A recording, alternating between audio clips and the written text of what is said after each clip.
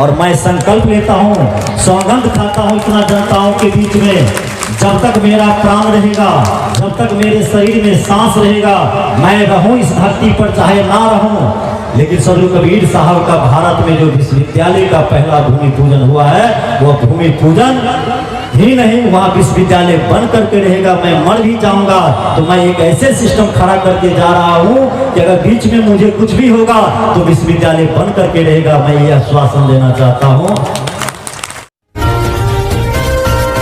यहाँ पे मौजूद हैं विश्व कबीर विचार मंच के अंतर्राष्ट्रीय अध्यक्ष संत मनमोहन साहब जी, और इन्हीं के सानिध्य में, इन्हीं के जो बैनर तले जो है विश्व कबीर विचार मंच के बैनर तले इस महान सम्मेलन का जो है आयोजन किया गया था। आज आखिरी दिन है।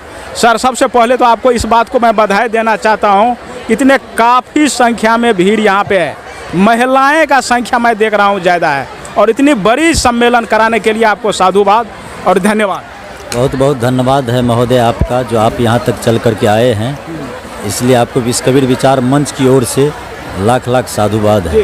तो ये सर, इतना बड़ा सम्मेलन कराने का उद्देश्य थोड़ा सा हम जानना चाहेंगे। आप दिन प्रतिदिन अपने जो विश्व कबीर विचार मंच का जो है संगठन, उसको फैला रहे हैं, देश में ही नहीं विदेश में भी। मेरा मुख्य उद्देश्य है कि सदगुरु कबीर साहब का विचार जो है समतावादी विचारधारा है। समरस समाज का स्थापना कैसे हो, सुंदर सब और राष्ट्र का निर्माण कैसे हो, ये सबसे उत्तम सदगुरु कबीर का विचार है। इसीलिए भारत सरकार के द्वारा विश्व कबीर विचार मंच का मैं स्थापना किया, और इस मंच के माध्यम से जन जन तक सत संदेश, सनातन धर्म किस तरह से बचे और भारत का गौरव पुनः किस तरह से लौटे, इसी उद्देश्य से मैं इस विचार मंच के माध्यम से सम्मेलन करवा रहा हूं, जिसमें महिला वर्ग 90% हर समाज के महिला वर्ग कबीर साहब के विचार से सम्मेलन के माध्यम से, सम्मेलन में जो शोभा यात्रा होता है, देवी का जो उपासना है, कलश यात्रा जो है, आदि जगत जननी का जो स्वरूप है, उन्होंने ये बढ़ चढ़ करके भाग लिए हैं और लेते आए हैं। उन्होंने समझ रहा है कि इस देश का भविष्य आज का युवा ही कर सकता है, सदगुरु कबीर ही कर सकता है। इसीलिए माताएं बहनें हमारे साथ हजारों हजारों लाखों की संख्या में मेरे साथ रहती है और साथ देती भी है।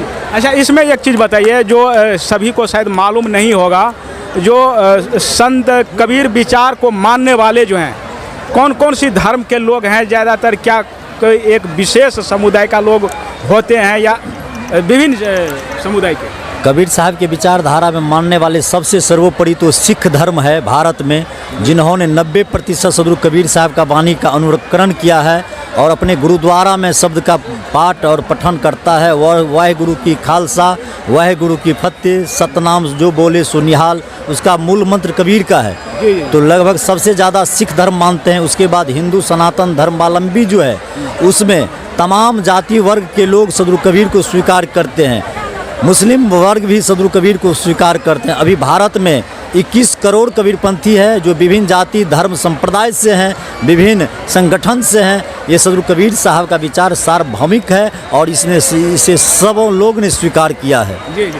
अच्छा, एक चीज़ बताइए, जो ये संत, ये कोई भी धार्मिक संगठन है, चाहे कोई भी धार्मिक संगठन हो, तो उसमें मैं देखा जाता है, ज़्यादातर देखा जाता है कोई ना कोई राजनीतिक पार्टी का उसमें टेंगल होता है या होता है। तो आपका किस पार्टी से है या स्वतंत्र है? देखिए, विश्व कबीर विचार मंच एक ऐसे स्वतंत्र अध्यात्मवादी संस्था है, जिस संस्था में तमाम पार्टी जो है, भारत की जो भी राजनीतिक पार्टी है, मैं नाम लेना नहीं चाहता हूँ, तमाम राजनीतिक पार्टियों का नज़र विश्व कबीर विचार मंच की ओर है कि विश्व कबीर विचार मंच एक ऐसे संस्था है जो नॉन पॉलिटिकल है। इसमें कोई पॉलिटिकल हस्तक्षेप नहीं होता है, किसी पार्टी का इस पर हस्तक्षेप नहीं होता है, किसी पार्टी का विशेष व्यक्ति का इस पर कोई अधिकार नहीं होता है। इस पर केवल साधु संतों का अधिकार होता है, संत समाज का ही अधिकार होता है। जो आप देख रहे हैं 3 दिवसीय सम्मेलन में कोई पार्टी पॉलिटिक्स का प्रतिनिधि, विधायक, MP, चाहे भूतपूर्व मंत्री हो, MP हो, चाहे मुख्यमंत्री हो, चाहे प्रधानमंत्री या राष्ट्रपति हो, कोई मंच से हस्तक्षेप नहीं करना चाह रहे हैं। सारे का ये सहानुभूति है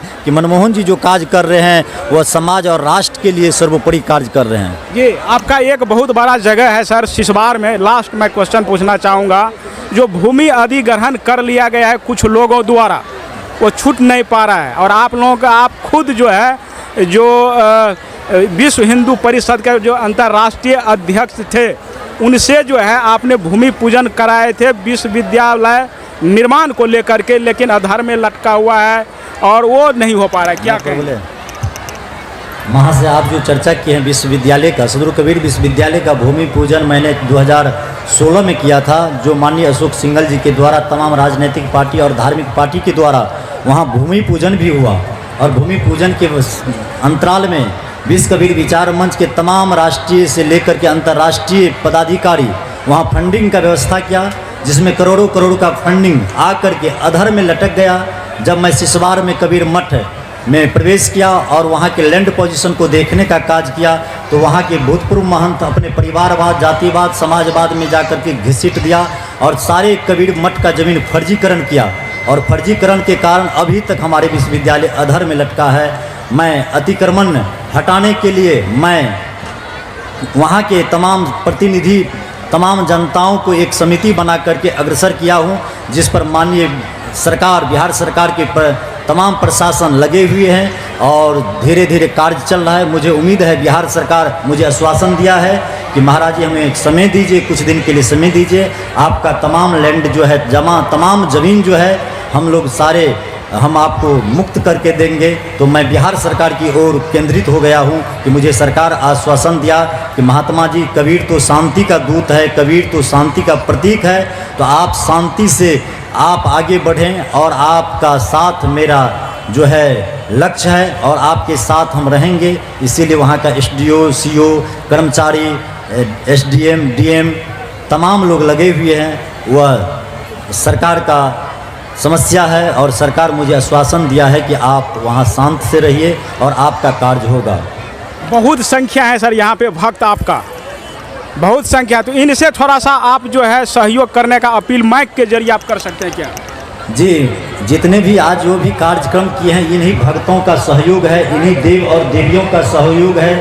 आज सम्मेलन क्या, कई सम्मेलन, आज 85 सम्मेलन, ऐसे ऐसे सम्मेलन भारत में 85 अधिवेशन मैंने किया, उसमें सारे जनताओं का सहयोग हुआ, सारे वर्गों का सहयोग मिला, सारे जाति का सहयोग मिला, सारे धर्मों का सहयोग मिला। और मुझे उम्मीद है कि विश्वविद्यालय जो बन रहा है अभी से लगातार मेरे पास कनाडा से, मॉरिशस से, आयरलैंड से, अमेरिका से, लंदन से, नेपाल से, तमाम देश से कबीरपंथ समाज और भारत के कबीरपंथी हमें बार बार कई बार कहा कि महाराज जी मेरा चंदा 1 लाख रुपया होगा। महंत जी बोले कि मेरा चंदा 51,000 होगा।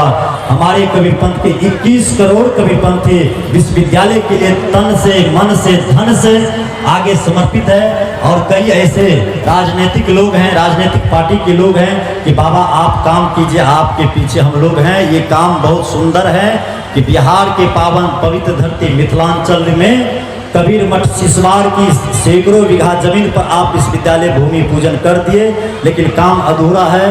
हमको जो सहयोग करना पड़ेगा वह हम करेंगे, वह बिहार सरकार हो चाहे केंद्र सरकार हो। दोनों सरकार ने मुझे बार बार टेलीफोन के माध्यम से, आज 4 बजे दिल्ली से मुझे 2 घंटा पहले खबर आया कि महाराज जी हम समस्तीपुर आ गए हैं आपको कार्यक्रम को देखने के लिए, आप चिंता मत कीजिए, आपका विश्वविद्यालय जरूर बनेगा। हमें भेजा गया है कि देखो महाराज जी का कार्यक्रम कैसे है, क्या है, किस दिशा में जा रहा है। तो मुझे 2 घंटा पहले टेलीफोन आया कि हम आपको 4 बजे तक पहुंच रहे हैं और आप चिंता मत कीजिए, विश्वविद्यालय आपका बनेगा। और मैं संकल्प लेता हूँ, सौगंध खाता हूँ इतना जनताओं के बीच में, जब तक मेरा प्राण रहेगा, जब तक मेरे शरीर में सांस रहेगा, मैं रहूं इस धरती पर चाहे ना रहूं, लेकिन सदगुरु कबीर साहब का भारत में जो विश्वविद्यालय का पहला भूमि पूजन हुआ है, वह भूमि पूजन ही नहीं, वहाँ विश्वविद्यालय बन करके रहेगा। मैं मर भी जाऊंगा तो मैं एक ऐसे सिस्टम खड़ा करके जा रहा हूँ कि अगर बीच में मुझे कुछ भी होगा तो विश्वविद्यालय बन करके रहेगा। मैं ये आश्वासन देना चाहता हूँ। धन्यवाद। तो ये थे संत मनमोहन साहब जी, जिन्होंने अभी खुले मन से जो है ये घोषणा किया है कि जो सिसवार में 400 बीघा जो जमीन है उस पे जो है विश्वविद्यालय का निर्माण हम कराएंगे, चाहे किसी भी हालत में, चाहे जो भी करना पड़े हम करवा के रहेंगे। तो इसी के साथ मैं Santosh Kumar, national news hunt, Bihar.